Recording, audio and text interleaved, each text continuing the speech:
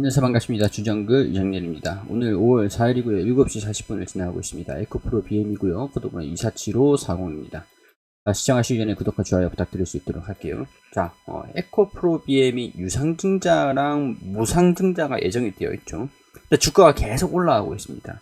자, 실적이 더 좋아진다 이런 얘기들도 나와주고 있는 상황에서 주가가 강세 흐름들을 보여주고 있고, 외국인들 기관에서 순매수 흐름들 보여주고 있습니다.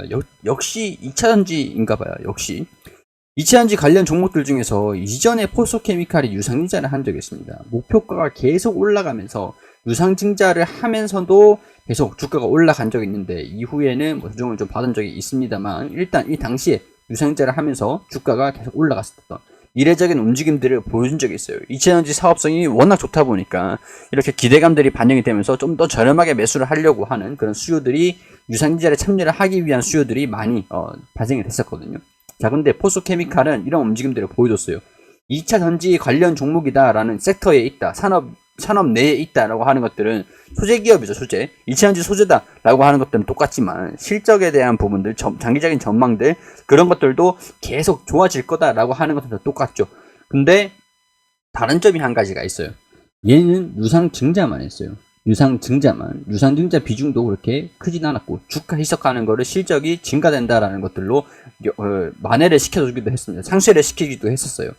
유상증자를 하면서 이 마이너스 5% 정도, 6% 정도 주가가 이제 권리락 효과가 발생이 됐잖아요. 이게 권리락 효과라고 하는 것들인데, 유상증자가 되면서 권리락 효과가 발생이 됐습니다. 근데 이치전지에서 실적이 계속 장기적으로 좋아질 거다 보니까, 이거 희석이 된 유상증자가 되면서 주식 수가 증가가 된 것들에 따라서 약간 주식 수에 대한 부분들이 희석이 됐던 부분들은 실적이 증가가 되면서 이거를 상쇄를 시켜버리는 거예요. 0으로 만드는 건데, 0으로. 근데 이런 것들이 다른 차이점은, 얘는 유상증자만 했어요. 유상증자만. 근데 에코프로 BM 같은 경우에서는 유상증자도 하고, 무상증자로 그 유상증자가 무상증자로 이어집니다. 이어져요. 그렇기 때문에 제가 말씀을 드렸던 게, 50만원 부근에서 차익 실현 매물들이 나와주는지, 근데 좀 강하게 돌파를 하면서 52만 5천원 부근 좀 보자, 차익 실현 움직임들이 나와주기 시작을 했어요.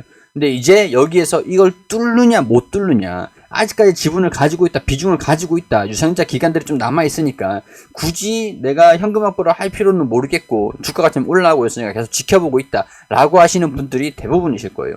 그렇기 때문에 여기를 뚫고 올라가느냐, 지지를 받고 반등이 나오느냐, 그러니까 21선도 보시고 계속 이거 이어가시면 됩니다. 이어가시면 되는데, 유상증자 권리락이 발생이 됩니다. 유상증자 권리락.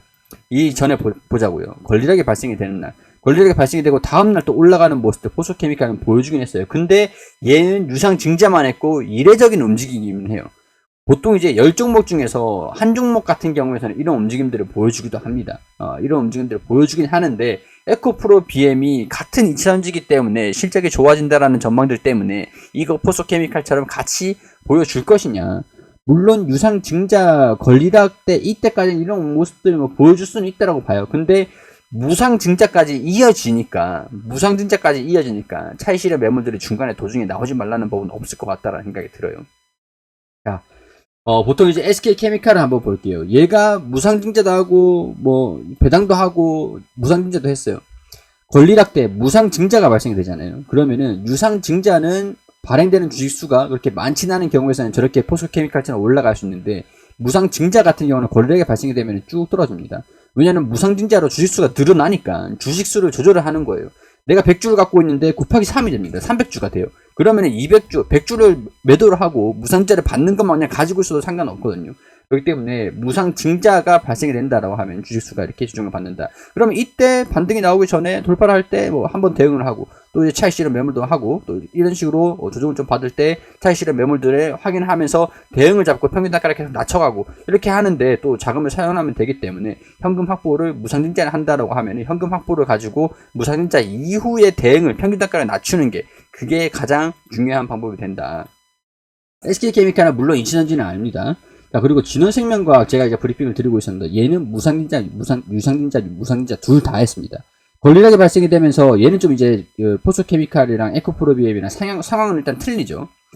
반등이 나오고 여기서 이제 주가가 차익 실현 흐름들이 나와주면은 권리락 얘랑 이제 똑같이 움직임들을 에코프로 BM도 갈 텐데, 아직까지는 이런 움직임들을 보여주지 않고 좀 더 강한 움직임들, 진해생명과학이랑 다른 움직임들을 보여주고 있어요. 근데 권리락이 발생이 되고 난 다음에 유상증자 이렇게 똑같이 되는 거예요. 얘도 유상증자에 대한 권리락은 발생이 됐어요.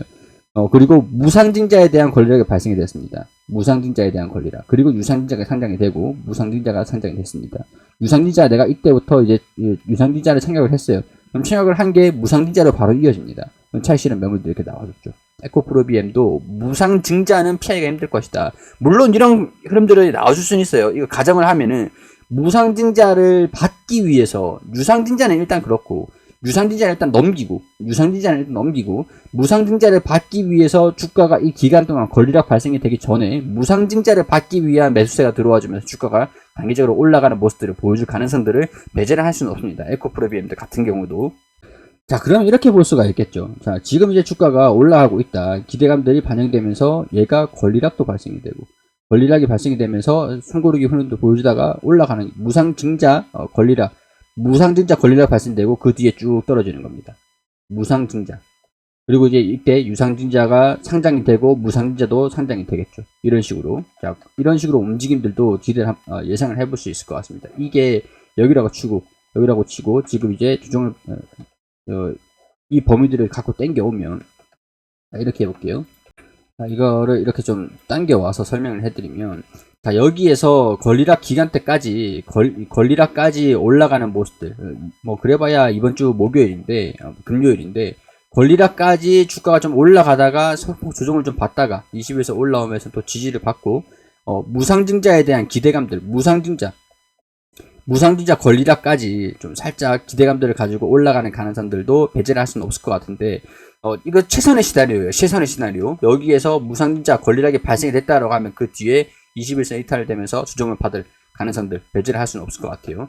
이 조정을 받는다라고 하면은 자, 이런 식으로 또 반등 이런 식으로 유상증자 상장 그리고 무상증자 상장 이런 식으로 그 다음에 조정을 받으면서 이런 식으로 올라가지 않을까 장기적으로 봤을 때. 그러니까 우리가 여기서 어떻게 대응을 하는지 현금이 있어야 대응을 할 거 아닙니까? 그러니까 이 현금 확보하는 전략들 현금 확보를 하는 전략에서 이런 움직임들 보고 내가 그러면은 유상증자를 할지 아니면 무상증자 이때 또 이제 버티고 있다가 무상증자 권리락 되면은 팔고 뭐 이런 식으로 이 무상증자가 상장을 하고 난 다음에 지금 이때 당시에 현금 확보를 한 이 기간에 현금 확보를 한 거 가지고 대응을 잡는다. 무상증자도 받고 이렇게 보셔도 무방할 것 같습니다. 일단은 권리락에 대한 이제 그 전략 같은 경우에는 제가 전일 영상에서도 말씀을 드렸으니까 일단 그런 것도 참고를 해주시고 하이니켈 출하량 폭증 구간에 진입을 했다. 목표가가 올라간다. 포스코케미칼 같은 경우에서도 목표가가 다 올라가긴 했었거든요. 64만원에서 69만원까지 올랐다. 에코프로 BM의 매출 성장은 핵심 고객사들의 매출 성장을 상회할 전망이다. 배터리셀 4대 제조업체들의 매출 경우 완성차 업체 생산 판매 동향이 거의 1대1로 매칭되는 반면 에코프로 BM의 신규 공장에 생산된 하이니켈 제품들 같은 경우에서는 선호도가 높기 때문에 공급 부족이 지속되고 있다. 그렇기 때문에 가격이 올라갈 것이다. 지난 1분기에 높은 성장세를 이어갔는데 1분기 연결 기준에서 6,625억원, 영업이익이 411억원 기록을 했다. 이 전분기 대비해서 각각 31%, 49% 급증을 한 것이다. 그러니까 실적이 앞으로도 계속 증가될 것이기 때문에 목표가를 올린다 라고 얘기를 했는데 무상증자가 된다라고 하면 주식수가 희석이 되기 때문에 목표가가 올라가는 것들은 지금 당시에 얘기드리고 주식수가 증가가 되면서 희석이 되는 것들은 우리가 충분히 대비를 하실 필요가 있을 것 같다 라는 것들 정리를 좀 해드릴 수 있도록 할게요. 자, 유상증자나 무상증자는 권리락 유증, 무증 전에 권리락이 있죠.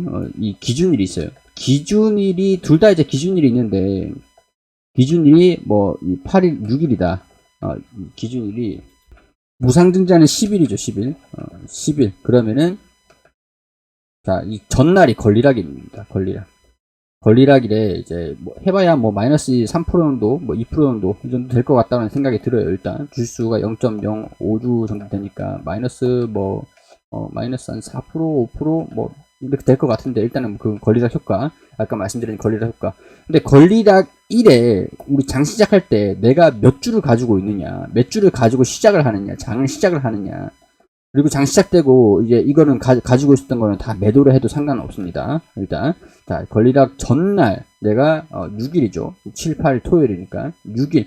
내가 6일에 10주를 갖고 100주를 갖고 이 권리락일에 100주를 갖고 시작을 했다. 근데 시작하자마자 내가 100주를 팔았어. 0을 만들어놨어. 그러면은 100주에 대한 0.05주, 그러니까 5주에 대한 신주인수권. 신주인수권을 받는다 이렇게 보시면 되고, 기준일이 이제 이날 걸리락에 100주를 다 시작하자마자 팔았으니까 기준일 다음 날 매도를 한 게 되는 겁니다. 그러니까 기준일까지는 100주를 가지고 있는 게 되고, 이날 이거래일이니까 이날 가지고 있는 게 되고 이날 매도를 한 게 돼요. 그렇기 때문에 이런 것들은 걸리락 효과, 뭐 유상증자도 그렇고 무증자도 똑같습니다.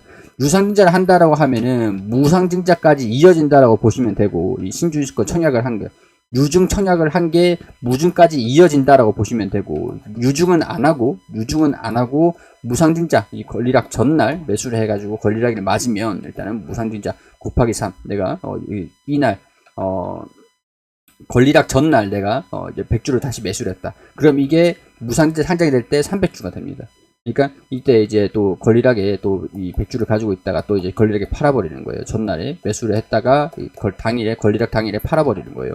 그럼 이제 들어오는 거는 내가 100주를 매수를 했다라고 하면 곱하기 3이 되거든요. 300주가 들어와요. 근데 현금이 또 기존에 있던 100주를 팔아버렸으니까 현금이 또 확보가 돼 있잖아요. 현금이. 그러니까 이때도 또 이제 주가가 조정을 받고 이렇게 할 때 이때 뭐 보면서 이제 야금야금 뭐 20주, 30주, 뭐 100주 이런 식으로 대응을 잡아버리면 되는 거니까 평균 단가를 낮추는 게, 리스크를 대응을 하는 게 가장 중요하다. 이렇게 정리를 좀 해드릴 수 있도록 할게요. 자, 도움 되시길 바라고요. 구독과 좋아요 부탁드릴 수 있도록 하겠습니다.